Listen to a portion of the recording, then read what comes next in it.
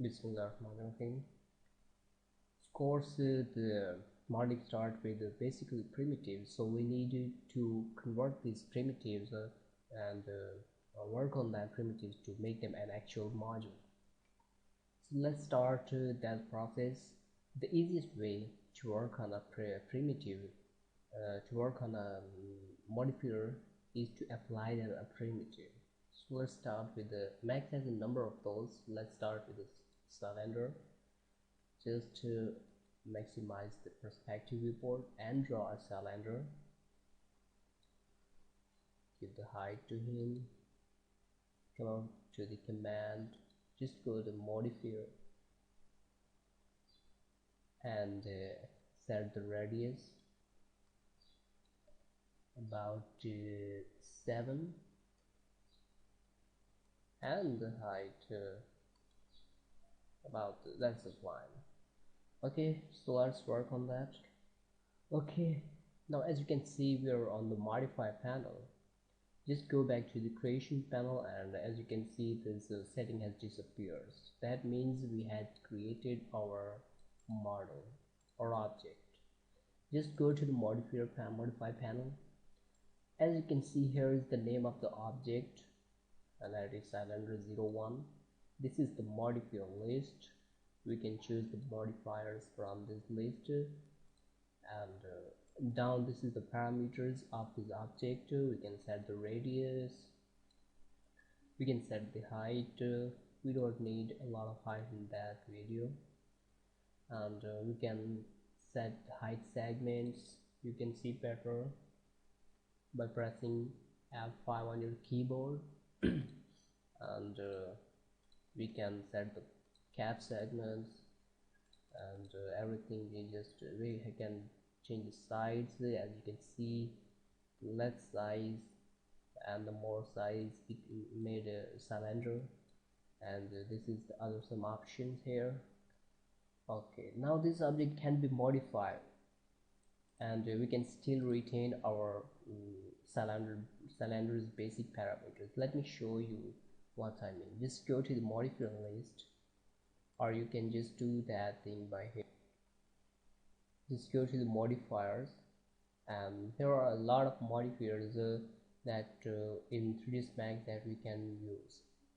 There are converted by categories. For example, animation has its own modifiers, the cloth modifier here, and we will all discuss these things in our videos.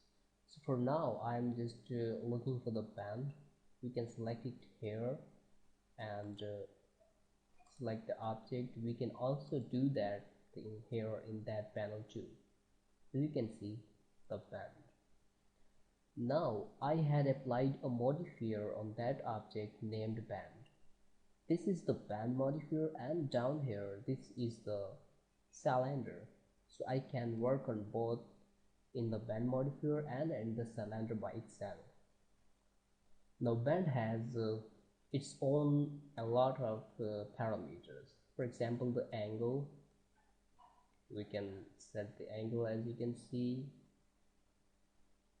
The direction, we can change the direction of the band, and the axis. For example, the x-axis, we can bend it into an x-axis. The y-axis, we can do that, as you can see there. The z-axis, and we can bend it in the angle of both positive and negative degrees. You can see the minusly and the plus sign. So here's the direction. We can also go and take a limit effect on that. For example, we want a 60 degree, so we can do that, as you can see in the x-axis, y-axis, and z-axis. Now, as I said, if you notice in the stack, we have the cylinder but itself. We have fully command on cylinder. We can change the radius still. As you can see, the modifier is also applied on that object, and we can also still modify our cylinder. We can change the height, we can change the segments. As you can see, segments makes more smooth in bending. Just go into the bend and bend it into a 90 degree and go cylinder. As you can see, leg segments make the object sharp, and more segments makes the objects a lot of small. Cap segments that work in bend in that case, as you can see here. So you have a fully command over your cylinder and on the bend too. Now if you notice one other thing, that is we have a plus sign with that bend. Just click on that and you can see there are two options. The one is gizmo, the other one is center. So these are some, there's own features of bend. Let me show you what I mean. Just zoom in. Now click on the center and click on that gizmo, and as you can see we are changing the center of the bending.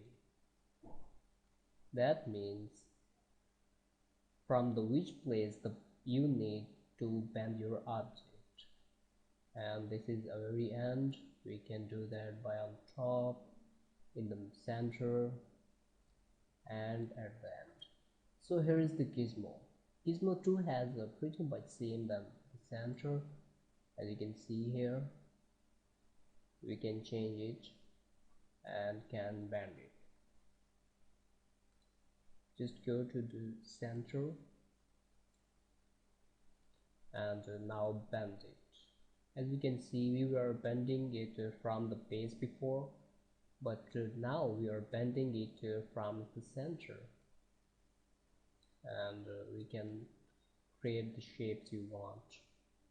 As you can see what we have created. So that are the uses of the bend option and the gizmo and the center option of the bend modifier. Just do that. So here is the bend, and this is a very nice little bulb icon there. Just we can on and off it. So what this do, it allows us to see our object before and after. That's our basic cylinder, and as we had off the light bulb, just on the light bulb, and that means the bend modifier just applied on it, and now we are seeing our object is in the bending mode. As you can see, just off the bulb and on the bulb, you can see the bend modifier's effects. And as you can see, we have a pin stack here. Just select the modifier and pin the stack, and that is off.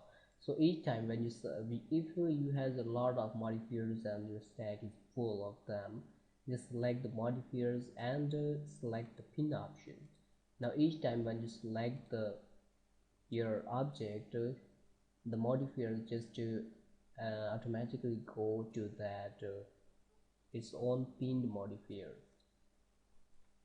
Here is the show and result on or off toggle. As you can see, just let me show you what I mean. So when the toggle is in the off mode, you can see the actually object. When we can make it on, as you can see the modifiers result on that. So how much modifiers you will have in your stack when you on the toggle, there's all effects will be showing on that.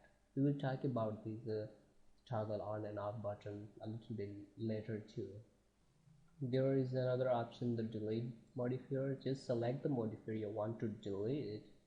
Just click on that remove modifier from the stack, and as you can see, your band modifier has been removed. Now as I had said, you can find the modifiers in that panel, and you can also find the modifiers in that modifier list, or some of the people call this modifier stack. But what is the difference between this and that stack? A lot of different thing is that this modifier list is alphabetical, so that's more easy and comfortable, that which modifier you want, that is so easy to find him. For example, we want to, sorry for that, we want a band modifier, so just click the B on your keyboard, and as you can see we have the band modifier again there. So that's a very nice and easy to navigate this modifier stack or modifier list. You can also go through these modifiers and parametric deforms. You can set what you want. So there are many sources of the different modifiers in 3ds Max. So let's go and take another one, and that names the taper.